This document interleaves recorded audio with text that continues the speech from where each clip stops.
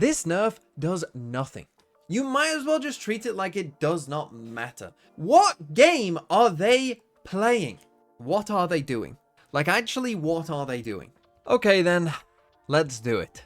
Let's talk about Valorant patch 11.08 because, oh, it's a big patch. You know, there's a lot to talk about and people have already been talking about it. Now, I'm actually going to make 2 videos on this patch because it is such a big patch and there's such a kind of seismic change to the game and the direction of the game and all of that. Today, we're just going to go through the actual patch notes, and then tomorrow, I'm going to talk more about the general direction that this patch is leading the game towards, and talk about, you know, maybe some of the things involving that, and maybe why I don't particularly like that direction. But that's not for today, that's for tomorrow. Today, we're just going to go through this thing. We're going to go through this thing and talk about it. So let's do that. Here they are, Valorant patch notes 11.8. It is a big one. And the entire Valorant team has been working to bring Valorant close to a long-term vision for the game. Keep that in mind as well. That's an important sentence right there. Preserving our core identity as a tactical shooter while evolving around, toward a healthier balance between gunplay and abilities. General updates. This one is meant to be the kind of big update is basically what this is. Over time, as players' skill and ability impact have grown, uncoordinated utility has at times felt just as impactful as well-executed strategic plays. This has reduced meaningful opportunities for counterplay and diminished the strategic depth that we aim for in Valorant. These changes are focused on striking a healthy balance between gunplay and the abilities that make Valorant its own unique flavor of tactical shooter. Now, one thing I do want to know, and I know that probably most of you watching this have already seen some leaks about, you know, the general direction that this is going in and abilities getting nerfed and all of that. Let me just say at this point, the sky is not falling down, okay? Like, the game will still largely play as it has if you've been playing it. And I will get into some of my concerns later on, but just know the sky is not falling down. The sun will rise tomorrow again. With that said, let's get into these agent updates. So, agent updates. The first thing is, and I think that this is all fine, right? Nearsights, Fade Prowlers, Own Paranoia, Rainalier, Sky Seers. The nearsight radius has been increased from 5 to 7 meters. Sure, cool, whatever. Obviously, the big one there is kind of Paranoia, so a slight Paranoia nerf straight off the bat. The Concusses, the Breach Fault Line, Wingman, Neon's Relay Bolt, and Astra's Nova Pulse have all been kind of, you know, melded together to have the same concuss duration at 2.5 seconds. Now, again, I know a lot of people are going to skip over this and be like, yeah, sure, whatever. I actually really hate this change. I think this is just a straight up bad change for the game. My reasoning for that is, this should be a dial that you can turn at some point, right, to buff or nerf agents. This is a very convenient dial to have as an option if, you know, Breach is maybe too weak and we need to tune him up, or Neon's too strong and we need to turn it down, right? Like, this is a good way of doing that. Flashes still have some different durations in this game, so I don't really understand why stuns can't. Doing for stims definitely makes sense, so they changed all the stims to be the same. Yeah, that makes sense. I don't really like it for the concuss, though, if I'm being honest. Right, Initiators. Let's read what they have to say here, because, well, let's just say I don't fully agree with all of it. Initiators are intended to be the go-to agents for breaking angles, creating openings for their team. With this update, we're adjusting how often they can use their signature abilities within a round. These abilities should remain impactful, but now demand more coordination and deliberate timing to unlock their full value. Okay, let's see what they do. So, I've given you a little sticker here of the agent, kind of reacting to their changes. Let's talk about Breach. So, Fault Line, cooldown increased from 40 to 60 seconds. Get used to that. That will be happening a lot. Initial windup decreased from 1.2 to 1.1. That's the nerf that they randomly gave Breach to nerf Teo or something. I don't know, but they've undone it. And the concuss duration decreased from 3.5 to 2.5 seconds. So again, all of the stuns now are 2.5 rather than 3.5. Obviously, quite a big nerf overall there for the Fault Line. Flashpoint has gone up slightly from 2 seconds to 2.25, and the Rolling Thunder has become smaller. It also concusses you for less time, but they have made it from 9 to 8 cost ult. And you'll see this with a lot of these ults, these kind of like bigger, wider ults. Essentially they give them like some nerfs, like they are here, but then they'll give you like a little bit of a buff elsewhere. Right, but overall, of course, if you watch this channel, you know what I think of Breach. You know where I'm gonna go. Don't play Breach. Fade. Haunt. Cooldown increased. Again, from 40 to 60. Haunt active duration decreased from 2 seconds to 1.5 as well. Obviously, a bit of a nerf there also. Visibility and near sight, like it has been for all the near sights. Nightfall, deafening mark duration decreased from 12 seconds to only 8 seconds. Pretty significant. Width decreased from 24 to 20, but now the decay remains consistent 80 instead of decreasing over time. So again, same sort of thing, right? We're nerfing the ult a little bit here, but giving you kind of like, well, here's a little thing that makes it a little better. We're talking about like the individual initiator nerfs, and from here on out, they're all kind of getting nerfed, apart from Skye and Teo. So it's kind of a buff for Skye and Teo, but obviously everyone is kind of getting dragged down. Gecko, general cooldown upon reclaim increased from 10 seconds to 20 seconds. Wingman, health decreased from 80 to 60. Concuss duration decreased from 3.5 to 2.5 again. Thrash, health decreased from 200 to 180. Now, if you're wondering about the Wingman and Thrash thing, and there's a couple examples of this throughout these patch notes, I'm pretty sure this is a like, well, a Phantom actually breaks it in 3 bullets, but a Vandal is only 2, and I think that's them just trying to fix this. The cooldown reclaim increased from 10 to 20 seconds. Obviously, everyone else's now is 60. It puts Gecko in a bit of a weird spot. Gecko obviously is not doing very well right now in terms of pick rate and win rate anyway. Puts him in a bit of a weird spot with everyone's cooldown kind of increasing a lot, but obviously his has gone up, you know, quite significantly as well. KO I actually think got off quite well in all of this. Yeah, the 0-point cooldown, you know, is going to 60 seconds like everyone else, but the underhand flash duration has increased to 2.25 seconds. Now, initially they nerfed that because they thought that the underhand was a bit too strong. So that's actually pretty nice, to be honest, for KO to be able to get that, right? And then his null command has the stim standardization as well. And then Sova, his recon bolt also got the 40 seconds to 60 seconds. So my overall thoughts on this, and again, I'll go more into this tomorrow about why I don't think that this is a good idea to nerf all the initiators in general. When we're talking about like actually reacting to the patch like on an individual basis, obviously all of these agents got worse, and maybe, you know, for Skye and Teo, you know, it kind of helps them a little bit. I still think you'll probably, I still think overall we're where we were, to be honest, where if you're gonna play an initiator, it's probably gonna be Silver or Fate. Let's move on to Duelists. Most Duelist gameplay is in a healthy state. Is it? So we're making minor tunings. We want stuns and slows to feel rewarding when they lead to kills, so we're making adjustments that will reward precise timing and well-coordinated ability combos. ISO, the kill contract, the length has decreased from 48 to 36 meters. Not a crazy change. Neon. This one is interesting. I want you to keep the Neon nerfs in mind for when we come to Viper. High gear, the battery recharge has decreased. The time to recharge to full battery has increased from 20 to 60 seconds. So that is a massive change. You do get more kind of full sprint time, so it goes down less quickly. So you can see here it goes from 12 seconds to 16 seconds of full sprinting instead. But then to get back, it takes a really long time to recharge it back. Yeah, an interesting change. Obviously, kind of bringing it more in line with maybe Initiator utility. And Relay Bolt, concuss duration has decreased as well. Obviously, that's enough, bringing it in line with the other stuns. So a nerf for Neon, kind of bringing it more in line sort of with the Initiators. But the problem for Neon is the other Duelists didn't really get that treatment as much. You know, your Jets and your Razes. Reyna, Leah. Health decrease from 80 to 60. Again, this is kind of that Phantom Vandal thing, I think. And then the Empress just stim standardization. Who cares? Waylay. I couldn't find a good Waylay sticker, so you've got Brim looking like Shrek here instead. Saturate. Hinder duration decreased from 4 seconds to 3 seconds. Convergent paths. Hinder duration goes from 7 to 6 seconds. Okay. Initial wind-up decrease from 2 to 1, though. That's nice. That you will like.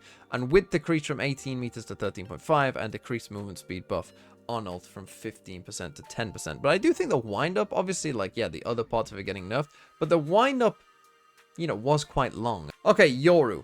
This one's the big one. This one's the big one that I've seen a lot of people freak out about. Let's read it. Gate crash. Health decrease from 60 to 20. Probably won't matter in most cases. Maybe might matter if you're sending it over a Vice Thorn, for instance. But, you know, in most cases that won't matter. Audio now plays from Yoru's location where Yoru teleports or fakes it. So basically, there's going to be 2 noises as far as I can tell, both where the TP is and where you've done it from. Now, again, I find that a very strange change to make. Nerf in certain circumstances, but actually might be weirdly a buff in certain circumstances as well, where you can kind of create more confusion with it because you're making 2 noises and you know, someone's like fully like, where the hell are you? Fake out. Flash duration decreased from 3 seconds to 2 seconds. Okay, bit of a nerf there. Flash decrease on the blind side as well, going to 1.75 to 1.5. Dimensional drift. This is the one that people are going crazy about. Yoru can no longer cast blindside or set up his fake out during dimensional drift. He can still cast the initial gate crash and reactivation, as well as reactivation of fake outs. And people have been saying, oh, Yoru's dead, all this, blah, blah, blah. What a big nerf. This nerf does nothing. This nerf is tiny. Yoru is still S tier. I cannot believe I have been seeing people say like, oh my god, Yoru's dead. Do you understand how this game works? Like, this is absolutely nothing. And again, consider this, right? What you need to consider is Yoru is competing. Yoru's up here, and he's competing with the flashing initiators for most, of his roles in game, right? Well, here are the flashing initiators. Here's Yoru. Well, they also got nerfed. So this nerf needs to be absolutely gigantic to put him down there. And it's not. It's like that. We're at the same gap that we were before. If not, Yoru is less of a nerf. The thing is, one thing you need to understand about nerfs, right? If you see an alt nerf, it does not matter. You might as well just treat it like it does not matter. Because the way people overreact to alt nerfs is crazy. Alts are not that important to how strong an agent is. Let me just get that on record. If you want proof of this, I have proof. Go and tell me what the most picked agent in Champs was, and go and tell me what Phoenix pick rate at Champs was. Phoenix has a good ult that only costs 6. Omen's ult is the worst in the game. One of them is the most picked agent, and one of them is at 0%. Ults do not matter as much as other abilities because you only get like 3 in an entire game. They just don't matter as much. And it's not like you can't ult. You can still ult. You just, weirdly enough, this makes him less of a duelist. I would have thought that if they were going to nerf Yoru, they would nerf the initiator part of him and try and push him back into the duelist. But if you think about this, really, what this stops you from doing is aggressive ult plays where you come out of it and try and kill someone on the spot, right? So they're taking the duelist away from him. You can still see where people are and point them out to your team like a good little initiator that you are, but you just can't do the duelist part. I don't really get it. I don't really understand it. The thing is, Yoru is still going to be S tier because you know what makes Yoru good? Being able to TP halfway across the map and then have another one to send back the other way as well. That's what makes Yoru good. And that is still there. So do not worry. Yoru is still S tier. Raise. The Raise Blast Pack can now be affected by a slow. It won't matter almost 99% of the time, but the 1% of the time that it does, you will feel bad. Okay, let's talk about controllers. Controllers were largely in a healthy state and required few changes. What game are they playing? What game are they watching? Though some abilities have been adjusted to align with recent roster-wide updates. Astra, the Gravwell, duration decreased from 5 seconds to 2.5 seconds. That's annoying, I guess. Cooldown increased from 45 to 60. I don't think the cooldowns for Astra will really matter that much on the Gravwell and Nova Pulse, because how often were you using 2 in a round anyway? Probably not that often, if I had to guess. Sometimes, maybe, but probably not most rounds. And now you're just not going to. Concuss duration decreased from 3.5 to 2.5 as well for the Nova Pulse, like all the stuns. And the Nebula cooldown going from 25 to 35. Now, this does matter. This one is like a, ooh, that hurts. Some of this hurts. Brim. Stim Beacon. Updated to match the other stims. Cool. Omen. Dark Cover. Cooldown increased from 30 to 40 seconds. Good change. I actually really like this change. I think that's a good way to nerf Omen overall versus some of the other controllers. And projectile speed of the Paranoia has increased from 16 meters a second to 20 meters per second. But the travel distance is reduced from 32.5 to 25. Now, again, I haven't gone into game and seen exactly the length and how much that matters. It probably will matter a little bit. Paranoia will still probably be an incredibly good bit of utility if I had to guess. And it now also travels quicker. It's harder to avoid as well. So I still think Omen will get picked a lot, if I'm being honest. The smoke nerf does matter, though. Don't get that wrong. That does matter. But I still think you'll see probably quite a lot of Omen. Right, Viper. Initial contact now inflicts less decay, reduced from 30 to 10 health. What are they doing? Like, actually, what are they doing? Remember when I told you to remember that Neon nerf about how they changed how the, recharge time of it works or whatever? What are they doing? Someone tell me, what are they doing? I want you to think about what is in this patch, okay? And what we've just seen. Not just the other initiators, but also Omen, smoke increase, right? Astra, smoke increase, right? How on earth has this agent managed to avoid that? When you think about Viper and Viper's fuel, think about it as a rechargeable bit of utility, right? But a rechargeable bit of utility that you can be anywhere on the map and activate, that has two different things to potentially activate, giving you a lot of control, and you can control it much better than pretty much every other bit of utility, because you can also control the length of time that you use it for. How on earth, in a patch where we are nerfing all of the cooldowns of Agent, have we forgotten this one? It doesn't make any sense. Now, this health thing, oh yeah, does that matter? Is that bad? Yeah, sure, it's a slight nerf. You probably won't care. You know why? Because everyone else has less utility than you now. You just have way more utility than everyone else that you can use at your own behest much more efficiently throughout the progress of a round, rather than all your little initiator friends who have to sit there for 60 seconds now. None of this makes any sense. Sentinels. Sentinels are premier at defending territory, but we think we can do more room for dialogue between attackers and defensive Sentinel utilities. These adjustments aim to make it easier to take advantage of intended counterplay, while sharpening each Sentinel's unique identity. We're also reducing the health of some of the tankier shootables to make them sponge less of your bullets.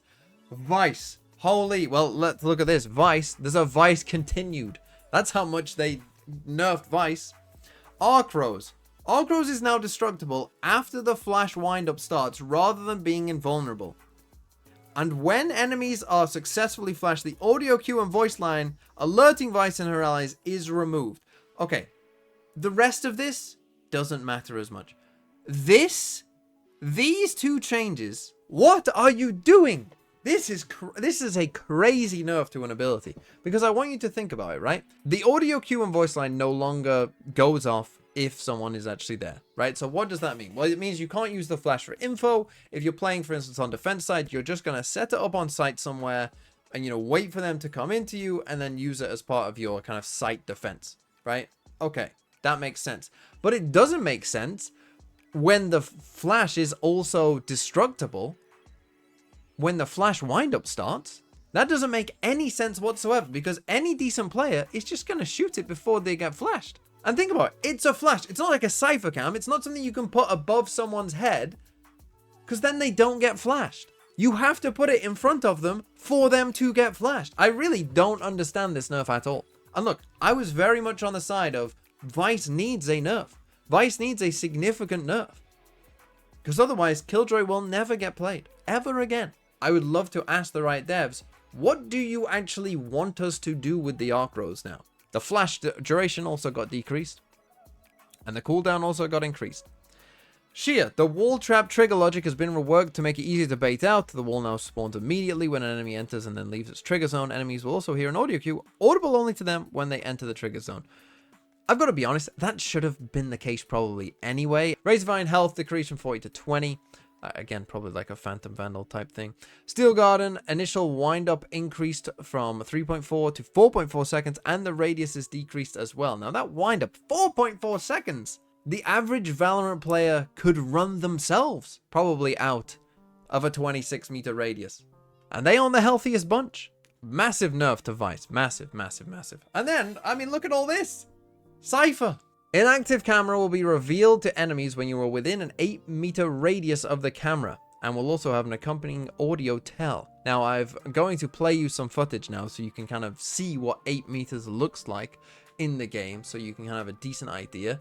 I don't think this is actually the craziest, biggest deal in the world, to be honest. Because if they do, like, even if they get super close to your camera and destroy it, you know, you'll know someone was there, because if they're super close and destroy it, then that means someone was there to hear it. It sounds like a massive nerf, but I actually don't think it is that big. Then again, time will tell, I suppose. When the camera is active, there will be a louder, persistent camera audio for the enemies within a 12-meter range. Cooldown increased to 60 seconds. Right, the trap wires. This is crazy. The trapwire's activation windup has decreased. Okay, trapwire activation has been adjusted to remove the concuss and tether debuffs. Timing of other debuffs has been changed. So previously, players were tethered and revealed after 0.5 seconds. Trapwire would then activate after 1.5 seconds and concuss you if it wasn't destroyed. Now, players will be immediately slowed upon crossing the trapwire. Trapwire will now activate after 0.9 seconds and reveal players if not destroyed, or if the player moves 4 meters away from the attached location. So basically, players get like an extra 0.4 seconds for them to even be revealed. So you might not even always reveal players when they actually run into your trip. And also it doesn't concuss you anymore, it instead just slows you, which is worse also. So yeah, pretty significant Cypher nerf. Now, let's talk about Killjoy first and then kind of review those three in general. So turret cooldown when destroyed goes to 60. Reactivation time, so that's when you're out of range, you kind of come back to it. It's now 2 seconds rather than 0.5. The Killjoy nerfs obviously aren't as big, nearly as big, I would say, as the Cypher and Vice stuff. What I would say here, though, is, right, what I want you to keep in mind is, would you still play Cypher over Killjoy? And I think the answer is yes. Vice, I'm still yet to see. We'll have to see, I suppose. I still think the answer is maybe, to be honest, in certain circumstances. I just need to see how that flash actually works. There is now a question. For me, there was no question before. You were never playing Killjoy. It didn't make that much sense apart from in specific comps like the Fnatic Haven one. Now, actually, I think, you know, on maps like Ascent, on maps like Haven more in general, on maps maybe like Lotus, there is at least some kind of like, you might think about playing Killjoy, whereas before you really might not have done. Deadlock Gravnet from 40 to 60. This is my opinion on this too. Just kind of sad. Sage Barrier Orb also costs less, but the fortification delay has been reduced from 3.3 seconds to 2 seconds, so that's actually kind of a big buff there. But the health of the barrier segments has also come down quite a lot as well, so could be good, could be bad, certain circumstances, depends. So that was the agents. If you're wondering about my overall thoughts on the agents, the main takeaways for me are like, what the hell are they doing with Viper? And don't worry about Yoru. Yoru is fine. Trust me, Yoru is fine. Okay, let's talk about maps. The map changes, I think, are quite good. Right, so they've changed where this box is here, as you can see, and added whatever this is. It also means, I guess, that this corner maybe is like a little safe plant spot as well. And they've also added this little tiny bit here that, again, could be an interesting spot to put down like Killjoy ult or something, right? Like even closer to the site. But yeah, it's kind of like stopping this long angle here with the op. Well, again, we'll have to see if you can see the other side. Like if you're on the other side of this, can you see with the op? I would have thought that you could looking at that, but we'll have to see. We'll have to get in game and take a look. Abyss. Don't really know what this change is doing, to be honest. But there you go. This is interesting. So we've kind of like widened this out and brought kind of the door from mid in here. This I think will be particularly good for defenders. Might make it a bit easier to op down these lines right in mid. I suppose for both sides really, but you know, I was thinking more defender side, you know, taking a look over here. And here you go here. So now you can see where this door is. You see how much closer that is potentially for the defenders here as well. And then we got the B site changes as well. So here you've got like a smaller choke point, make it a bit easier to hold potentially defenders flooding out here, but you've lost kind of this space which you would see people play from sometimes. Then you've got some interesting changes here. So they've just kind of given you way more space to kind of play on the B site. Now you've got a little bit more space to play around with potentially back here. And similarly, you've got these boxes here. So we've changed this. But you do have these boxes to play, and I assume one thing you'll see, you know, is smokes in here, a little smoke in here, giving you kind of options to play in this way, behind this box, out this way again, right? Like, and you've also got this little cutout here as well. Interesting, you know, little judge in here, little shorty, you know, take an op shot, drop off, come in here, shorty, wait for someone to come in, kill them, Yoru TP away, because Yoru still can do that apparently for some reason.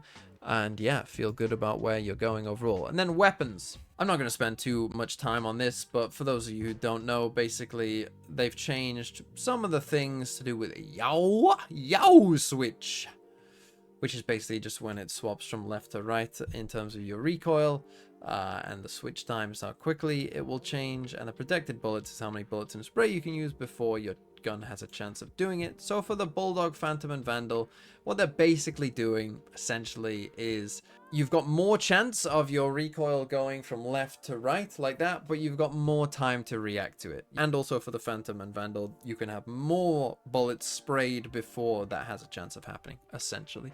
So basically just making it a bit easier to spray, I suppose, giving, you know, players a better chance of correcting it if it has gone all over the place. And then the Spectre, they are trying to kind of, you know, make it a little bit better, I think, as well, versus the Stinger here. Small Spectre changes versus the Stinger. And yeah, that is that. So that's the patch. Overall impressions, well, I'll talk tomorrow about the kind of direction of the game and why. I'm going to have 4 reasons why I think that this isn't a great patch. Probably, yeah, a little bit more class imbalance between the different classes, I would say, overall. But I'll get into that a little bit more tomorrow.